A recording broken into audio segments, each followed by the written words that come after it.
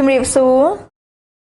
បងប្អូនជនរួមជាទីគោរពថ្ងៃនេះគឺជាថ្ងៃអង្គារ600ខែអាសត់ឆ្នាំមមីឆស័កពុទ្ធសករាជ2558ត្រូវនៅថ្ងៃទី14ខែតុលាគ្រិស្តសករាជ2014នៅពេលនេះសូមអញ្ជើញបងប្អូនជនរួមជាតិតាមដានទស្សនាព័ត៌មានសង្ខេបនៅថ្ងៃនេះដូចតទៅរដ្ឋមន្ត្រីក្រសួងការងារនិងបណ្ដុះវិជ្ជាជីវៈចូលបំភ្លឺក្នុងមន្ទីររដ្ឋសភាតាមការកោះហៅរបស់គណៈកម្មការទី8កាលពីព្រឹកមិញនេះ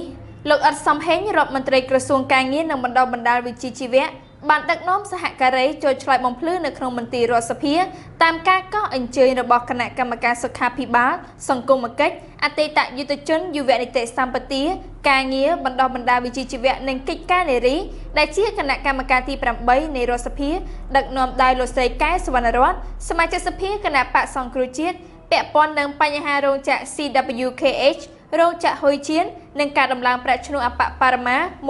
$177ដល់កម្មករព្រមទាំងបញ្ហាផ្សេងទៀតដែលជាការព្រួយបារម្ភរបស់កម្មកររោងចក្រ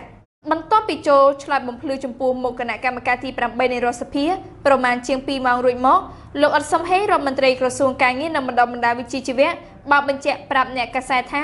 ក្រសួងការងារនឹងយកចិត្តទុកដាក់ដោះស្រាយបញ្ហាកម្មករជាពិសេសគឺបញ្ហាប្រាក់ឈ្នួលការដោះស្រាយបញ្ហាប្រាក់ឈ្នួលឆ្នាំ2015នេះទៅខែវិច្ឆិកាហើយដើម្បីឈានទៅដល់ខែវិច្ឆិកា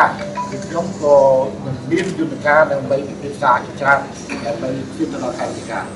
ហើយជាពិសេសគឺនៅថ្ងៃ16tháng នេះខ្ញុំនឹងជួបជាមួយនឹងតំណាងសហជីពសំខាន់ចំនួនដែលពាក់ព័ន្ធទៅនឹងការរៀបចំប្រាក់ឈ្នួលនេះហើយកន្លងមកក៏បានជួបមួយហើយជាមួយនឹងរោងចក្រធំមួយចំនួនដើម្បីពិភាក្សាគ្នាដើម្បីជួយយ៉ាងណាដោះស្រាយប្រាក់ឈ្នួលឲ្យមានភាពរលូនមានប្រសិទ្ធភាព